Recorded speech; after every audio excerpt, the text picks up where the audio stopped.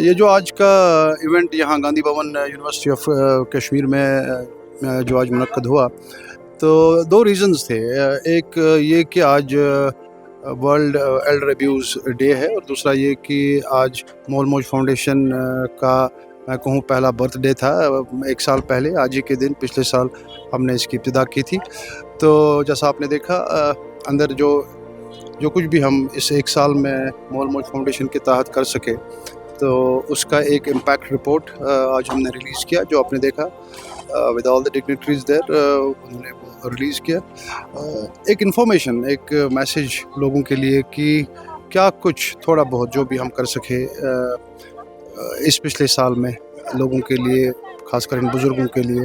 اور انشاءاللہ آگے کرنے کا کیا اور ارادہ ہے۔ جہاں پر میں ایک ضروری سمجھتا ہوں یہ کہنا کہ یہ ممکن نہیں تھا، جو بھی ہم کر سکے ممکن نہیں تھا اگر اس میں سپورٹ نہیں ہوتا ہے، کوآپریشن نہیں ہوتی سب لوگوں کی، جنہوں نے بھی اس کے بارے میں سنا، آگے آئے، انہوں نے اس میں ہیلپ کیا۔ بالخصوص جیسا کہ میں اپنے ہر انٹرویو میں کہتا ہوں، گریٹر کشمیر فیاض صاحب بالکل ایک بڑے بھائی کی طرح ہمیشہ پیش رہتے ہیں ہر معاملے میں۔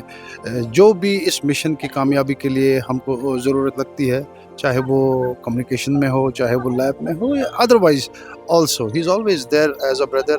And this mission is so dear to him as well as probably as dear as it is to me اور to doctor Zubair and others. So anyhow, تو ایک تو وہ تھا۔ دوسرا یہ کہ ایلڈر ابیوز ڈے کے بارے میں جیسے آپ نے دیکھا کہ ایکسپرٹس نے بھی بتایا کہ یہ جو ابیوز ہے ناٹ نیسسرلی کہ یہ ایک ایسا ابیوز ہو جس میں ضروری ایسا لگے کہ بیٹا ماں باپ کو مار رہا ہے، یا کوئی ایسی بات بیٹا کہیں ہے۔ بڑی چھوٹی چھوٹی باتیں ہیں، بڑے سٹل سے یہ جو ابیوزز ہیں، جو ہماری روزمرہ کی زندگی میں ہماری بات کرنے کے لہجے میں، ٹون میں، یا کوئی بھی چھوٹی سی بات ہو جو روزمرہ کی زندگی میں ہم دیکھتے ہیں کہ یہ پیرنٹس سم ہاؤ ولنگلی اور انولنگلی ہم ان کو ہرٹ کرتے ہیں۔ اس سب کے بارے میں آپ نے بھی سنا کہ سارے ایکسپرٹس اس چیز کا کتنا اس پر سٹریس ڈال رہے تھے کہ کہنے کو تو یہ بڑا سٹل سا ابیوز ہے، لیکن اس کا امپیکٹ کافی پروفاؤنڈ ہو سکتا ہے۔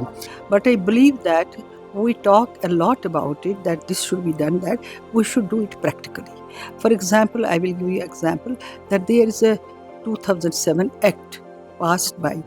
judiciary that if any child abuses parent, and there is the condition that if the parent has its own living property, so he can be evacuated,